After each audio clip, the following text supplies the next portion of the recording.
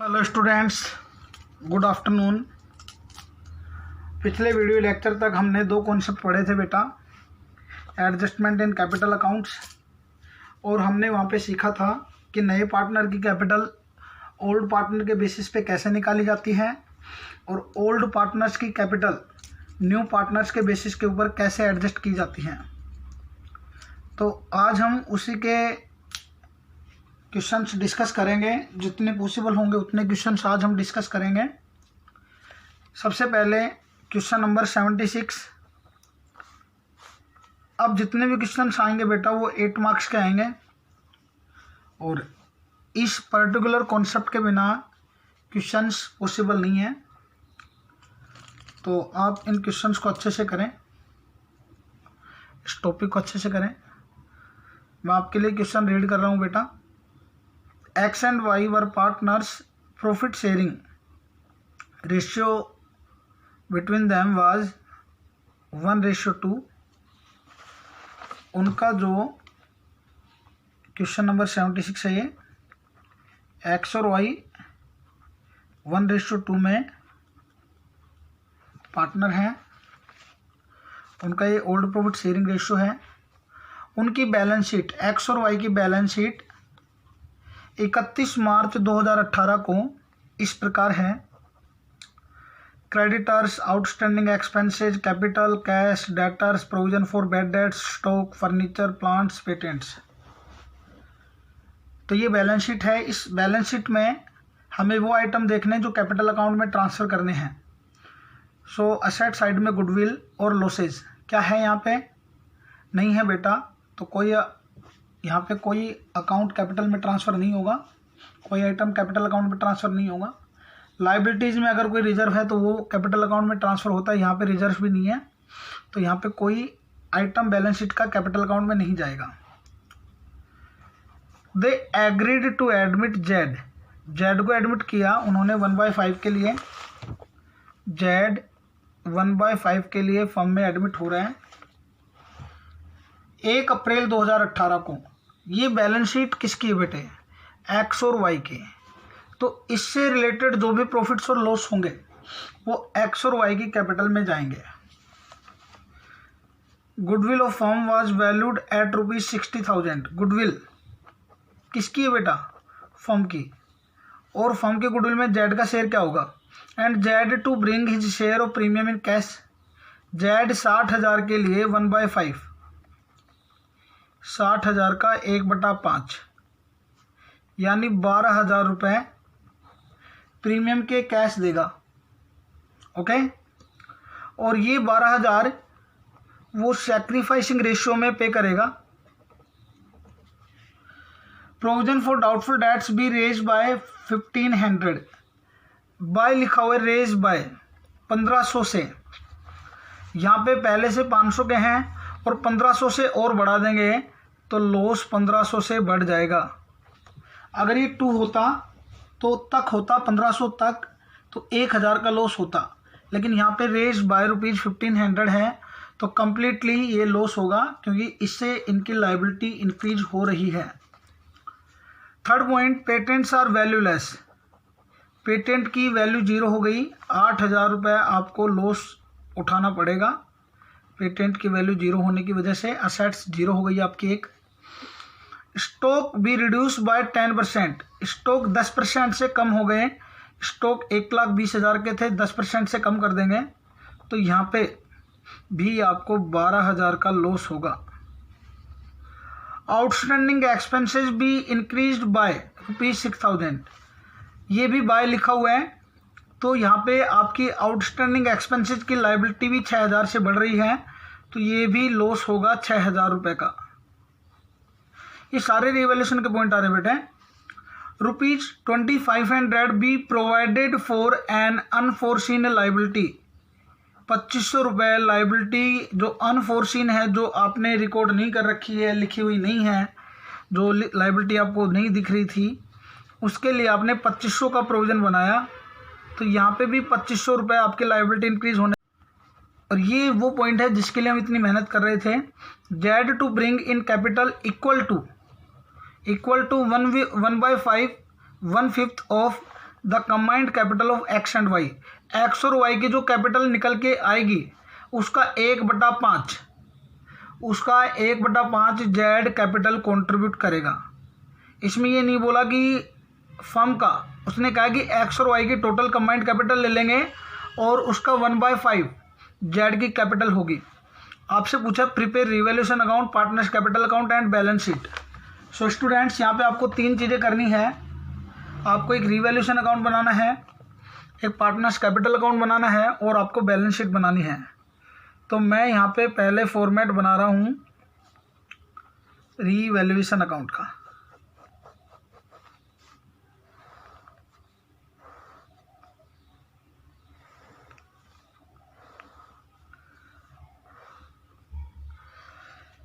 यहाँ पे मैं लिख रहा हूँ पर्टिकुलर्स अमाउंट, ये डेबिट साइड है बेटा, पर्टिकुलर्स और अमाउंट ये आपकी क्रेडिट साइड है। जितने भी लॉस होंगे वो डेबिट साइड में आएंगे रिवैल्यूएशन के, और जितने भी प्रॉफिट्स होंगे वो क्रेडिट साइड में आएंगे। तो देखिए आपको कितने लॉस और कितने प्रॉफिट्स गिवन है। पहला पॉइंट गुडविल का है जो कभी भी रिवैल्यूएशन में एडजस्ट नहीं किया जाएगा।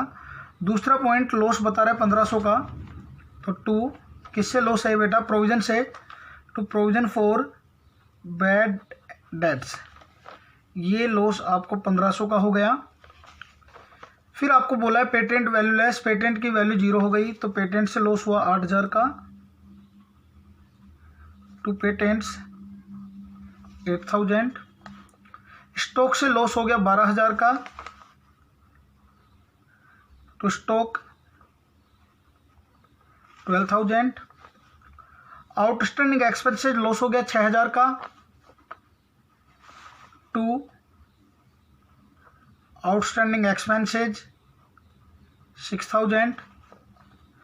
और 2500 का लॉस हो गया अनफोर्सीन लायबिलिटी का, तो प्रोविजन बना देंगे, to provision for unforeseen liability 2500 रुपये। तो ये रिवैल्यूएशन अकाउंट पूरा हो गया। टोटल कर लें तो ये टोटल आ रहे हैं 30,000, ये टोटल आया आपका। और ये सारे के सारे बैलेंसिंग फिगर से क्रेडिट साइड में रिवैल्यूएशन में लिख दिए जाएंगे लॉस के रूप में। 30,000 आपको रिवैल्यूएशन का लॉस हो गया, तो यहाँ पे आप लिखेंगे ये रिवैल्यूएशन का loss by revaluation loss balancing figure, और ये लॉस इन असेट्स और लायबिलिटी का है, तो ये कैपिटल अकाउंट में जाएगा एक्स और वाई के में, उनके ओल्ड प्रॉफिट शेयरिंग रेशियो में। तो यहाँ पे मैं लिख दूंगा एक्स कैपिटल और वाइज कैपिटल। 30,000 रुपये उनके 1:2 में बांट दिए जाएंगे, 10,000 और 20,000। तो इस प्रकार से हमारा रिवैल्यूएशन अकाउंट कंप्लीट हो गया। अब हम बनाएंगे पार्टनर्स कैपिटल अकाउंट। तो सभी बच्चे फॉर्मेट बनाएं पार्टनर्स कैपिटल अकाउंट का। यहाँ पे तीन कॉलम अमाउंट के होंगे क्योंकि 3 पार्टनर्स हैं यहाँ पे, एक्स वाई और जेड, एक्स वाई और जेड। और ये कॉलम होगा आपका पर्टिकुलर्स का, जहाँ पे आप ट्रांजैक्शंस की डिटेल लिखते हैं कि किस टाइप का ट्रांजैक्शन है, किससे रिलेटेड है। पार्टनर्स कैपिटल की शुरुआत आप सभी को पता है किससे होती है, ओपनिंग बैलेंस है कैपिटल के, तो बाय बैलेंस बीडी। और ये बैलेंस आपको मिलेंगे लायबिलिटी साइड में। एक्स की कैपिटल 1.5 लाख है, वाई की कैपिटल 3 लाख है, तो यहाँ पे मैं 1.5 लाख एक्स में लिख दूंगा और 3 लाख वाई में। उसके बाद बैलेंस शीट का कोई आइटम जो कैपिटल अकाउंट में ट्रांसफ़र करना है कर दीजिए, यहाँ पे कोई आइटम नहीं है। रीवैल्यूएशन का प्रॉफिट लॉस ट्रांसफ़र कर दीजिए, तो यहाँ पे रीवैल्यूएशन का लॉस है वो ट्रांसफ़र कर देंगे हम टू रीवैल्यूएशन लॉस 10,000 एक्स के कॉलम में और 20,000 वाई के कॉलम में। ओके, अब हमें पहला पॉइंट एडजस्ट करना है और लास्ट वाला पॉइंट एडजस्ट करना है। पहला पॉइंट है goodwill of firm was valued ₹60,000। हमें फर्म के गुडविल की आवश्यकता नहीं है, हमें जेड का शेयर पता करना है। तो जेड का शेयर मैंने आपको बताया था 60,000 का 1/5 12,000, क्योंकि जेड का शेयर कितना था बेटा 1/5, और 12,000 वो कैश में लेके आ रहा है। और जब कैश में पार्टनर लेके आता है तो आप लिखते हैं बाय प्रीमियम फॉर गुडविल, और इसका जो रेशियो होता है वो सैक्रिफाइसिंग रेशियो होता है। और यहाँ पे क्वेश्चन में कोई सैक्रिफाइसिंग की इन्फॉर्मेशन नहीं है कि एक्स और वाई से वो कितना ले रहा है, तो हम ओल्ड रेशियो को ही सैक्रिफाइसिंग रेशियो मान लेंगे, और ये रेशियो है 1:2। तो यहाँ पे प्रीमियम फॉर गुडविल 1:2 में जो उसका हिस्सा है 12,000 रुपये वो हम बांट देंगे। तो यहाँ आ जाएंगे 4,000 एक्स के कॉलम में और 8,000 वाई के कॉलम में। तो ये गुडविल का ट्रीटमेंट हमने कर दिया, रीवैल्यूएशन लॉस का ट्रीटमेंट हमने कर दिया, सारे के सारे ट्रीटमेंट हमने कर दिए हैं। तो यहाँ पे हम अकाउंट क्लोज कर लेंगे एक बार के लिए।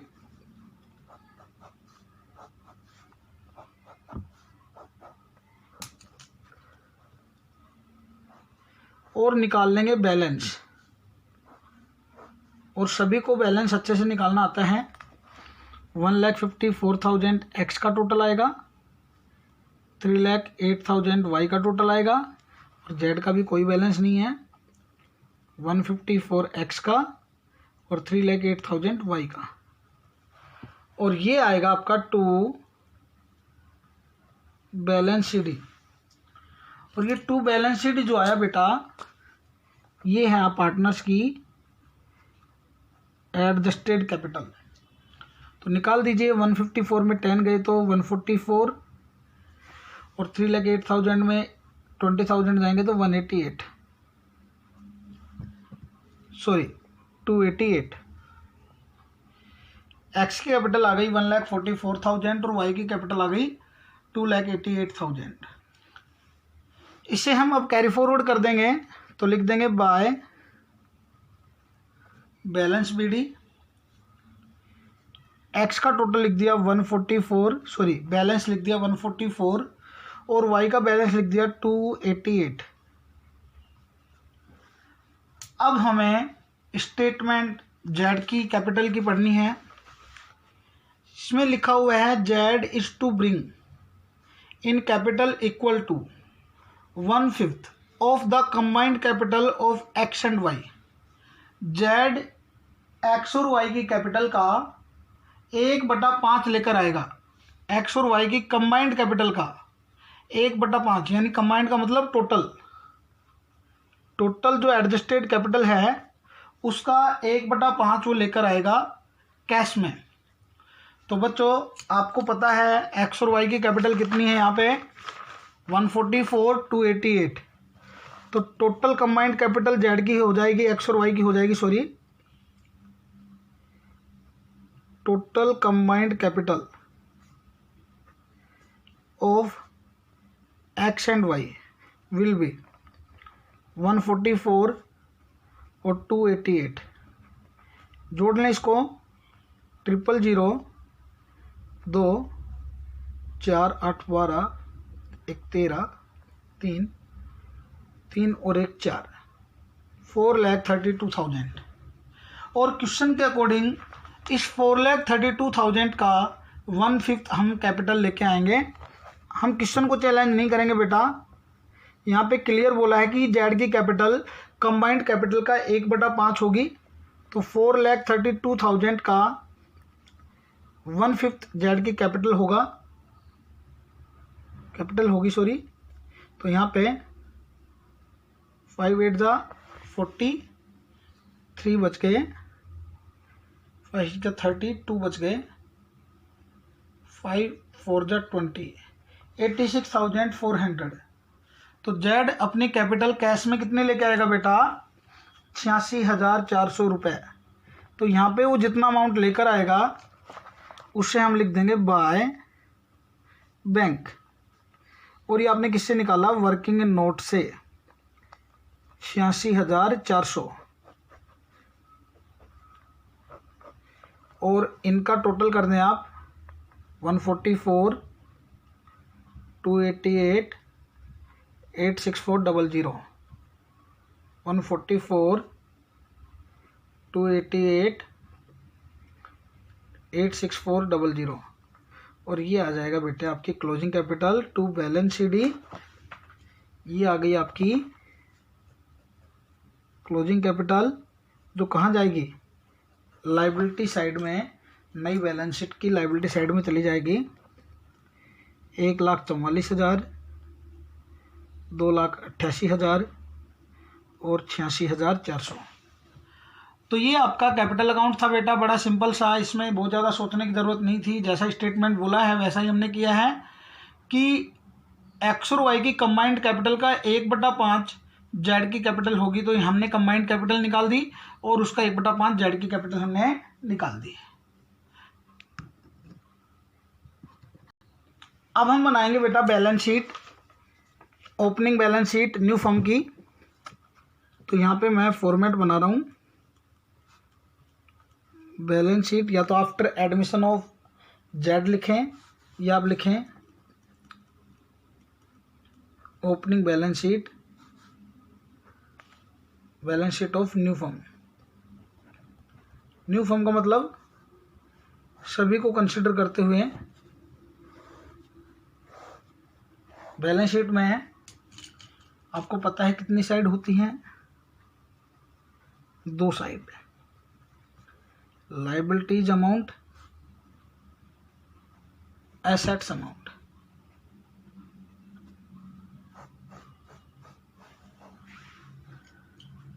लायबिलिटीज में लायबिलिटीज को देखते हुए करेंगे एंट्रीज, पोस्टिंग जो भी, और एसेट्स में एसेट्स को देखते हुए। तो यहाँ पे लायबिलिटी आपको दे रखी है क्रेडिटर्स की। क्रेडिटर्स आप लिख देंगे। क्या क्रेडिटर्स में कोई चेंज हुआ था? तो रिवैल्यूएशन अकाउंट को देखें आप, यहाँ पे कहीं भी क्रेडिटर्स का नाम नहीं आया, तो यहाँ पे कोई चेंज नहीं हुआ। क्रेडिटर विल बी 36,000 जैसे कि पहले थे। आउटस्टैंडिंग एक्सपेंसेज में क्या कोई चेंज हुआ था? Answer is yes. Outstanding expenses 6,000 से बढ़ गए थे, और ये स्टेटमेंट में भी क्लियर बोल रखा था आउटस्टैंडिंग एक्सपेंसेज भी इंक्रीज बाय 6,000। तो 6,000 से बढ़ने का मतलब 4 + 6, 4 तो पहले ही थे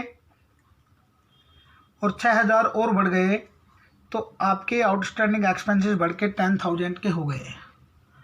उसके बाद कैपिटल्स,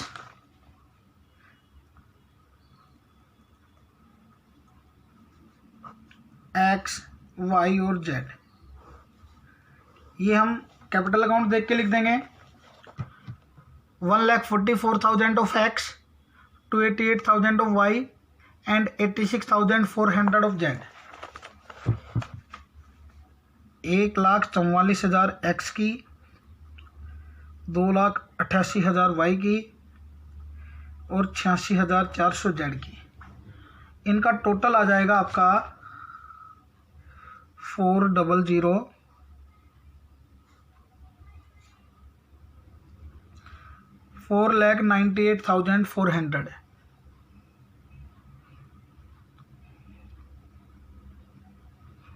सॉरी, 5,18,400। इस प्रकार से लायबिलिटी साइड में जो आपको गिवन था वो लिख दिया। लेकिन हमें एक लायबिलिटी, नई लायबिलिटी भी गिवन है, वो भी हमें लिखनी है। सर वो कैसे पता चलेगा? एडजस्टमेंट से, जो आपने रिवैल्यूएशन में किया होगा। आउटस्टैंडिंग एक्सपेंस हमने कर लिया। प्रोविजन फॉर अनफोर्सीन लायबिलिटी, तो यहाँ पे आप लिख दें प्रोविजन फॉर अनफोर्सिन लाइबिलिटी। और ये अनफोर्सिन लाइबिलिटी का प्रोविजन आपने बनाया था 2500 रुपये का, तो यहाँ पे आपकी लाइबिलिटी 2500 रुपये से बढ़ जाएंगी लाइबिलिटी साइड में। ये आपकी बैलेंस शीट की असेट्स लिखेंगे। असेट्स में कैश सबसे पहले, और कैश का बनाएंगे हम वर्किंग नोट। जो कैश आया उसे डेबिट साइड में लिख देंगे कैश अकाउंट में, और जो कैश गया उसको क्रेडिट साइड में। तो यहाँ पे ओपनिंग बैलेंस 20,000 ऑलरेडी था, 86,400 जेड ने कैपिटल कंट्रीब्यूट की और 12,000 वो प्रीमियम लेके आया। तो इस प्रकार उनके पास 1,18,400 कैश के बच गए। और ये 1,18,400 आपने असेट्स में लिख दिए कैश के रूप में। बाकी अब असेट्स को देख लें। डेटर्स पहले से 40,000 के ऑलरेडी हैं, minus provision for doubtful dates, bad debts 500 रुपये के पहले थे, 1500 रुपये के और बढ़ गए तो 2,000 के प्रोविजन हो गए। तो अब प्रोविजन के बाद में डेटर बचे 38,000। स्टॉक पहले 1,20,000 का था, 10% घट गया, माइनस कर देंगे तो 1,08,000। उसके बाद फर्नीचर में कोई चेंज नहीं है, फर्नीचर एज इट इज 30,000।